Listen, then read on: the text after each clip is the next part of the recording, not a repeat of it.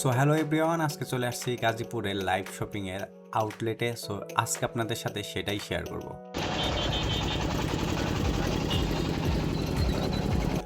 তো আমি যেহেতু গাজীপুর কোনাবাড়ি থেকে গেছি, আমি সর্বপ্রথম চান্দুরা যাই। চান্দুরা থেকে কালিয়াকৈরের একটা গাড়িতে করে কালিয়াকৈর বাস স্ট্যান্ডে নামি এবং এখানে অনেক ভিড়, অনেক ব্যস্ততম একটা জায়গা গাজীপুর কালিয়াকৈর বাস স্ট্যান্ড।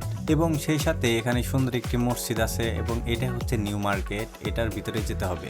সবচাইতে অবাক করার বিষয় হইতেছে, আমরা অনেক ফুটপাতে দেখে থাকি যে ফুটপাত দখল করে রাস্তার ভিতরে হলো বাজার তৈরি হয়, কিন্তু এখানে দেখেন মাঝখানে যে ডিভাইডার আছে, ডিভাইডারের উপরে হচ্ছে বিভিন্ন রকমের বাজার তৈরি করা হয়েছে। আমি যদি আপনাদেরকে ডান পাশটা দেখাই, ডান পাশে কিন্তু বাজার আছে, তারপরেও কিন্তু এই ব্যস্ততম রাস্তার মাঝখানে ডিভাইডারের উপরে বাজার তৈরি করা হয়েছে।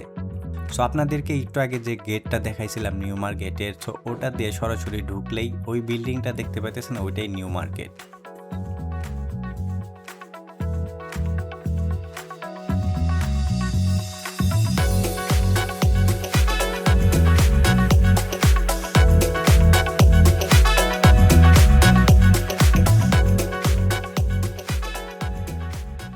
So welcome live shopping.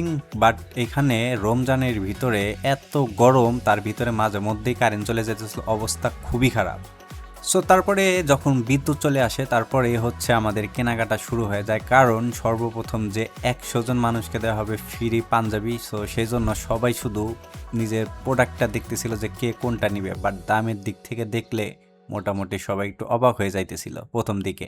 But আমরা জানতাম না যে এখানে হচ্ছে প্রাইজের তুলনায় ডিসকাউন্ট দেওয়া আছে। সেজন্য আমি শুধু সবার আগে আগে দামটা দেখি যে আসলে পোষায় কি না, তারপর একটা নিয়ে নিলাম আর কি, এবং সবাইকে ফলো করা শুরু করলাম।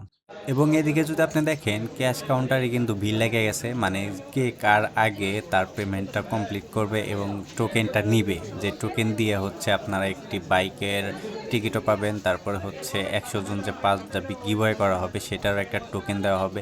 তো সব কিছু মিলে মোটামুটি একটা ব্যস্ততম লাইভ শপিং চলতেছিল। সো এরই মধ্যে বারে বারে বিদ্যুৎ যাইতেছিল এবং আসতেছিল।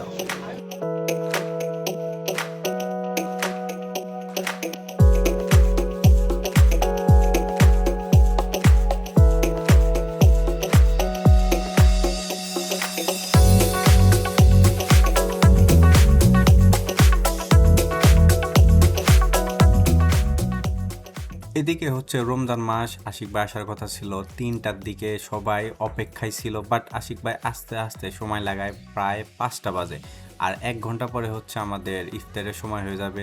সো আশিক ভাই আসার পরে যে ঘটনাটা আসলে বললো, সেটা শোনার পরে আসলে রাগটা একটু কমে গেছে।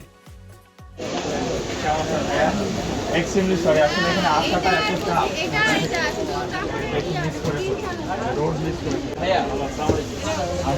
আপনার সাথে দেখা করতে গিয়ে ভাইয়া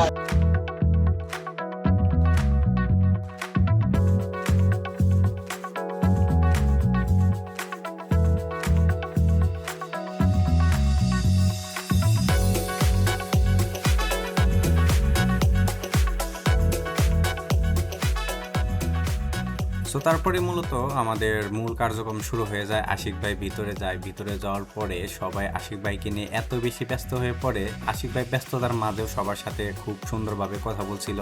আসলে মানুষটাকে আমরা অন স্ক্রিনে যেভাবে দেখি আর অফিস স্ক্রিনে যেভাবে দেখি, তার ভিতরে কোনো পার্থক্য নাই। ইনি নিতান্ত একটা ভালো মানুষ এবং সুন্দর ব্যবহারের মানুষ। তো সব কিছু প্রায় শেষের দিকে। সো আমাদেরকে আমার গিফটটা নিয়ে নেওয়ার পরে এখন একটু সেলফি টেলফি উঠতেছিলাম আর কি। তারপরে হচ্ছে আমি পুরো এই নিউ মার্কেটটা একটু ঘুরে দেখি।